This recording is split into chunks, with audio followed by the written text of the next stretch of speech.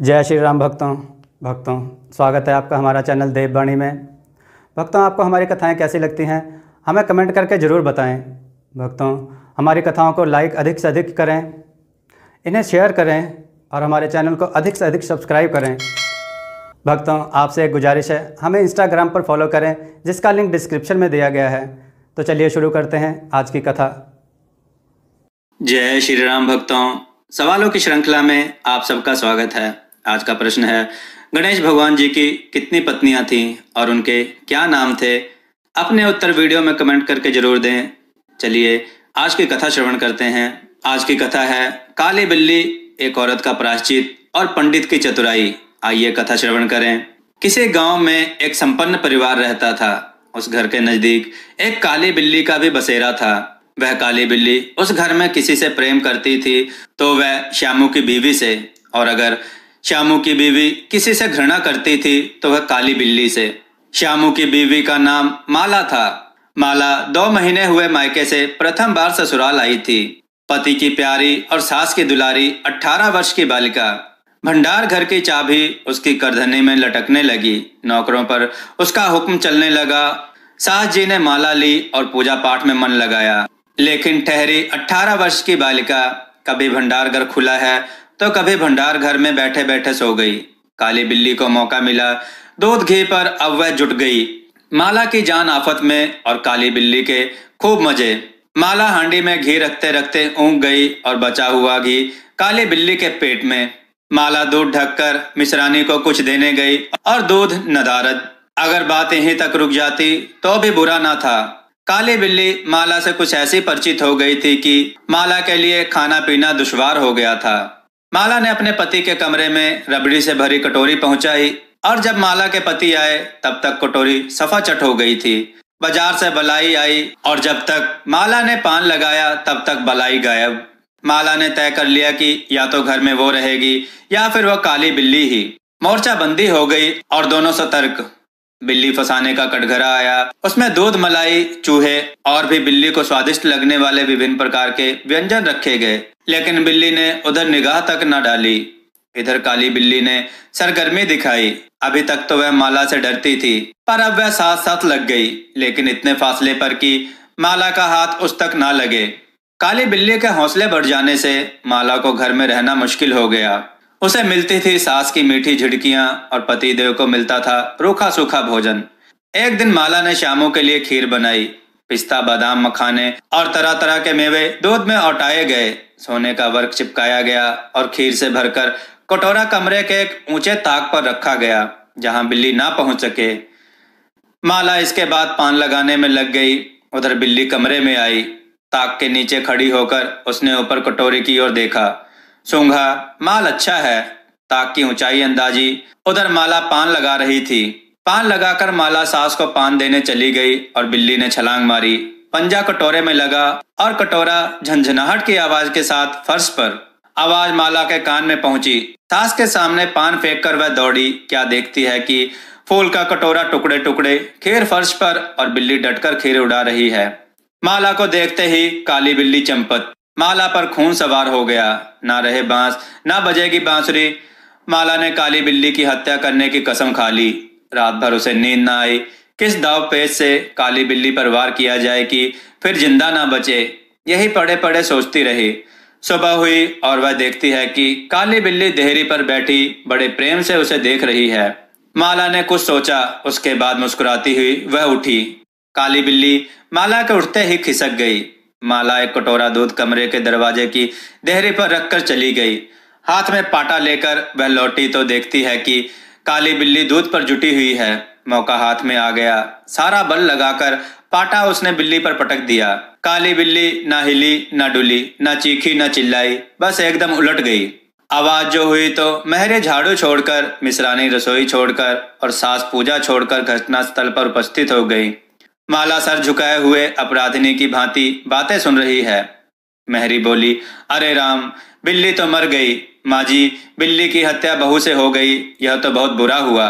मिश्रानी बोली, माँ जी, बिल्ली की हत्या और आदमी की हत्या बराबर है। हम तो रसोई ना बनावेंगी जब तक बहू के सर हत्या रहेगी। सास जी बोली, हाँ ठीक तो कहती हो। अब जब तक बहू के सर से हत्या ना उतर जाए तब तक ना कोई पानी पी सकता है ना खाना खा सकता है। बहू, ये क्या कर डाला? मेहरी ने कहा, फिर क्या हो, कहो पंडित जी को बुला लाऊं? सास की जान में जान आई। अरे हाँ, जल्दी दौड़ के पंडित जी को बुला लाओ। बिल्ली की हत्या की खबर बिजली की तरह पड़ोस में फैल गई। पड़ोस की औरतों का श्यामू के घर तांता बंध गया। चारों तरफ से प्रश्नों की बौछार और श्यामू की पत्नी सिर झुकाए बैठी। पंडित सुखीराम को जब यह खबर मिली, उस समय वे पूजा कर रहे थे। खबर पाते ही वे उठ पड़े। पंडिताइन से मुस्कुराते हुए बोले, भोजन ना बनाना, लाला जी की पतोहू ने बिल्ली मार डाली, प्रायश्चित होगा, पकवानों पर हाथ लगेगा। पंडित सुखीराम छोटे और मोटे से आदमी थे। लंबाई 4 फीट 10 इंच और तोंद का घेरा 58 इंच। चेहरा गोल मटोल, मूंछ बड़ी बड़ी, रंग गोरा, चोटी कमर तक पहुंचती हुई। वे पंडित सुखीराम पहुंचे और कोरम पूरा हुआ। पंचायत बैठी। सास जी मिश्रानी, किशनु की माँ, छन्नू की दादी और पंडित सुखीराम। बाकी स्त्रियां बहू से सहानुभूति प्रकट कर रही थी। किशनु की माँ ने कहा, पंडित जी, बिल्ली की हत्या करने से कौन सा नरक मिलता है? पंडित सुखीराम ने पत्रा देखते हुए कहा, बिल्ली की हत्या अकेले से तो नरक का नाम नहीं बतलाया जा सकता। वह मुहूर्त भी मालूम हो जब बिल्ली की हत्या हुई, तब नरक का पता लगाया जा सकता है। यह कोई 7 बजे सुबह, मिश्रानी ने जवाब दिया। पंडित सुखीराम ने पत्रे के पन्ने उल्टे, अक्षरों पर उंगलियां चलाई, माथे पर हाथ लगाया और कुछ सोचा। चेहरे पर धुंधलापन आया, माथे पर बल पड़े, नाक कुछ सिकुड़ी और स्वर गंभीर हो गया।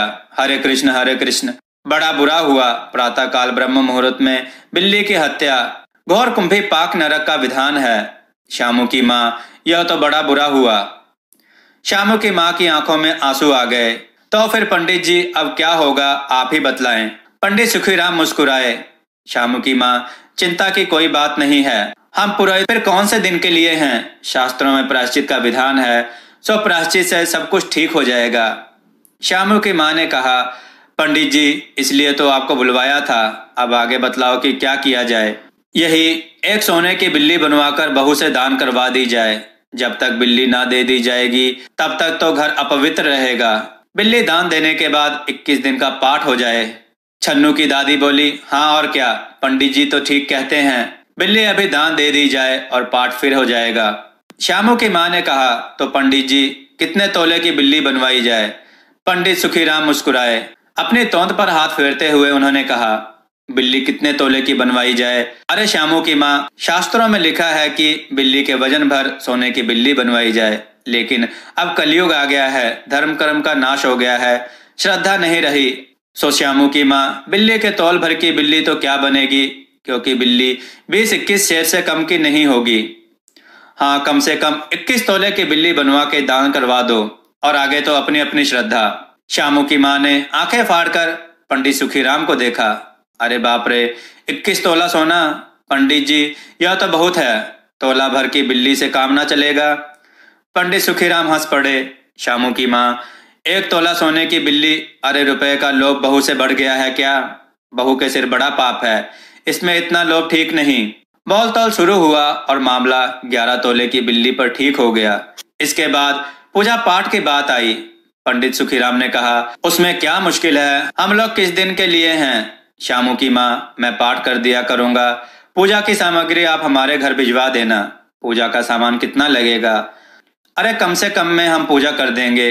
दान के लिए करीब 10 मन गेहूं, 1 मन चावल, 1 मन दाल, मन भर तिल, 5 मन जौ और 5 मन चना, 4 पसेरी घी और मन भर नमक भी लगेगा। बस इतने में काम चल जाएगा। अरे बाप रे, इतना सामान? पंडित जी, इसमें तो 100-150 रुपया खर्च हो जाएगा। श्यामू की माँ ने रुआसी होकर कहा, फिर इससे कम से तो काम ना चलेगा। बिल्ली की हत्या कितना बड़ा पाप है श्यामू की माँ। खर्च को देखते वक्त पहले बहू के पाप को तो देख लो। यह तो प्रायश्चित है, कोई हंसी खेल थोड़े ही है। और जैसी जिसकी मर्यादा, प्रायश्चित में उसे वैसा खर्च भी करना पड़ता है। आप लोग कोई ऐसे वैसे थोड़ी हैं। अरे 100-150 रुपया आप लोगों के हाथ का मैल है। पंडित सुखीराम की बात से पंच प्रभावित हुए। किशनु की माँ ने कहा, पंडित जी ठीक तो कहते हैं, बिल्ली की हत्या कोई ऐसा वैसा पाप तो नहीं है। बड़े पाप के लिए बड़ा खर्च भी चाहिए। छन्नू की दादी ने कहा, और नहीं तो क्या, दान पुण्य से ही पाप कटते हैं। दान पुण्य में किफायत ठीक नहीं। मिश्रानी ने कहा, और फिर माँ जी, आप लोग बड़े आदमी ठहरे, इतना खर्च कौन सा आप लोगों को अखरेगा। श्यामू की माँ ने अपने चारों ओर देखा, सभी पंच पंडित के साथ। पंडित सुखीराम मुस्कुरा रहे थे। उन्होंने कहा, श्यामू की माँ, एक तरफ तो बहू के लिए कुंभी पाक नरक है और दूसरी तरफ तुम्हारे जिम्मे थोड़ा सा खर्च है, सो उसमें मुंह ना मोड़ो। एक ठंडी सांस लेते हुए श्यामू की माँ ने कहा, अब तो जो नाच नचाओगे नाचना ही पड़ेगा। पंडित सुखीराम जरा कुछ बिगड़ कर बोले, श्यामू की माँ, यह तो खुशी की बात है, अगर तुम्हें यह अखरता है तो ना करो, मैं चला। इतना कहकर पंडित जी ने पोथी पत्रा बटोरा। अरे पंडित जी, श्यामू की माँ को कुछ नहीं अखरता, बेचारी को कितना दुख है, बिगड़ो ना। मिश्रानी, छन्नू की दादी और किशनु की माँ ने एक स्वर में कहा। श्यामू की माँ ने पंडित जी के पैर पकड़े और पंडित जी ने अब जमकर आसन जमाया। और क्या हो, 21 दिन के पाठ के 21 रुपए और 21 दिन तक दोनों वक्त 5-5 ब्राह्मणों को भोजन करवाना पड़ेगा। कुछ रुककर पंडित सुखीराम ने कहा, सो इसकी चिंता ना करो, मैं अकेले दोनों वक्त भोजन कर लूंगा और मेरे अकेले भोजन करने से 5 ब्राह्मण के भोजन का फल मिल जाएगा। यह तो पंडित जी ठीक कहते हैं, पंडित जी की तोन देखो। मिश्रानी ने मुस्कुराते हुए पंडित जी पर व्यंग किया। अच्छा, तो फिर प्रायश्चित का प्रबंध कराओ। श्यामू की माँ, 11 तोला सोना निकालो, मैं उसकी बिल्ली बनवा कर लाऊं। 2 घंटे में बनवा कर लौटूंगा, तब तक सब पूजा का प्रबंध कर रखो। और देखो, पूजा के लिए। पंडित जी की बात खत्म भी ना हुई थी कि मेहरी हाँफती हुई कमरे में घुस आई और सब लोग चौंक उठे। श्यामू की माँ ने घबराकर कहा, अरे क्या हुआ री?